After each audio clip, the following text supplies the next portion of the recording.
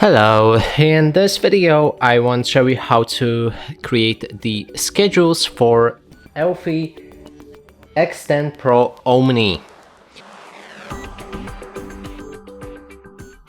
And to do this, first you'll need to click on the gear icon inside the app and the robot settings.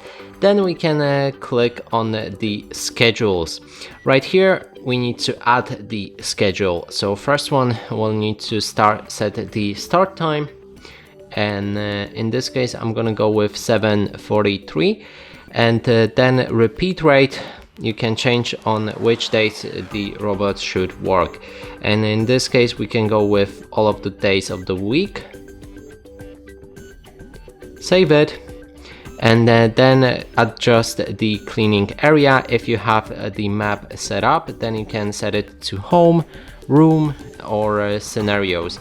We can also change the mode on which our robot should work. We can go for cleaning intensity fast, standard, or deep, vacuum and mop, or vacuum only, or mop only, suction power, and the water level as well. And finally, there's a smart mode that we can enable or disable, which will automatically adjust the settings that we need.